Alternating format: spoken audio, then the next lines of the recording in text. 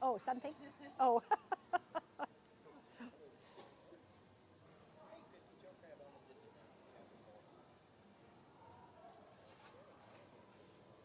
She is Kathryn Beaumont. This is Christy Smith. Christy Smith, Kathryn Beaumont. Christy, hello. Hi, Kathryn. Thank you so much for taking the time out with me today. Oh, it's my pleasure. I loved Peter Pan growing up, and now so do my three kids. I've got a 14-year-old, a 4-year-old, and a 2-year-old. Oh, my. Did you even imagine that when this film was made, Yes, and 60 years later, your character would still be impacting and enchanting children's lives? Yeah, and I can imagine with you, those different age levels, they still enjoy the stories in different ways. And I'm sure when you watch with them, you see their different reactions at different ages and, what impresses them at different ages.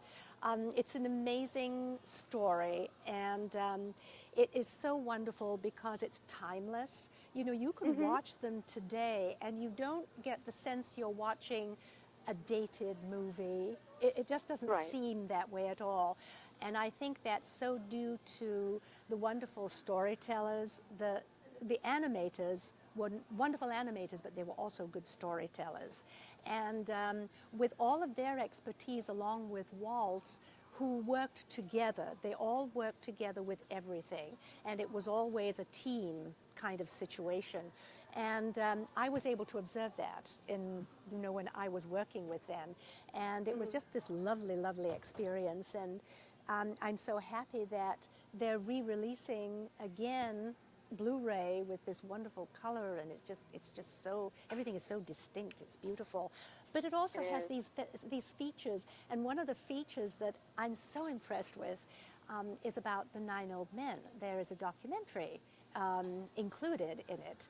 And watching that for me took me back to when I was young and knew these people. There was Mark Davis and Milt Kahl, and you just go right down the list. But I also knew their children. And when Ted Thomas, who is Frank Thomas's son, decided to do this documentary, he is explaining about the 9 Old Men through the eyes of the children. And so, of course, I watched this, and, the delightful stories, but the intimate details of what it was like growing up in that magical world. So it's just an utterly delightful piece, and I just think it's well worth seeing. Very, very cool. So you had to actually do more than just the voice for Wendy Darling, right? Yes, that's right. Yeah. So what was that like? Yeah, they had me do what they call the live action, which is basically a reference for the artists. And so you go into an empty stage, and there's the camera and some lights.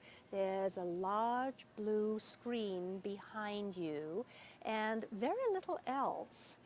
And you sort of have to imagine a set, and you go through the motions of the scene, and it's using a lot of imagination, because the basic thing was that you did this strictly so the artists could just view this film and watch how the human being moved. So it was the human being moving that they wanted to make as realistic as possible. And in making it realistic, they had to have a reference. And so that's why they did these scenes in live action.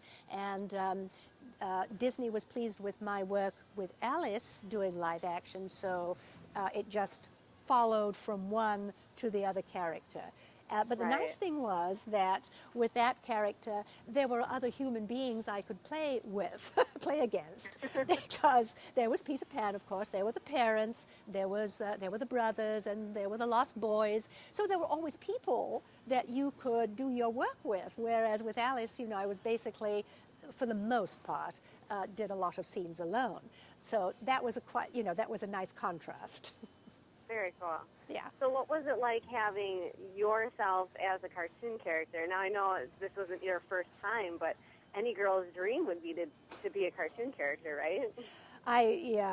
Well, you really look up to the characters that you learn to love because you read the story or you see the film and you relate to the character itself. So, yeah, I mean, I was thrilled to have the opportunity to play these really special characters. And they are, you know, historically, they're classic characters. Absolutely. Christy, you have time for about one more question. I guess I've got to ask, do you have a favorite scene from the movie? You know, it's hard to pinpoint because each of those scenes was special in its own way, and you know, the flying scene naturally was a challenge for me because I was afraid of height. And I guess that's the thing that I sort of remember a lot because I learned to be comfortable with it, and I learned because I had a very wonderful person to work with who was the Peter Pan character for the live action reference.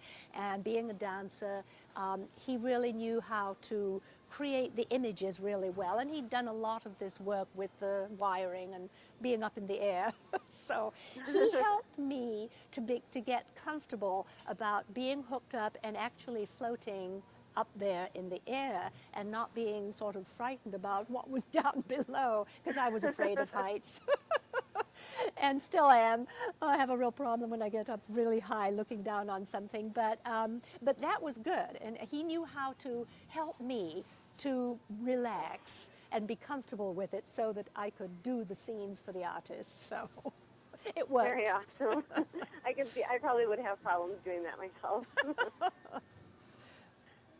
Great. Well, thank you so much for chatting with me. I feel like I've gotten to get to know you and your character a little bit better, and I can't wait to share it with my readers. Thank you so much. It was a pleasure. Thank you, Christy. Goodbye. Thanks. Bye-bye.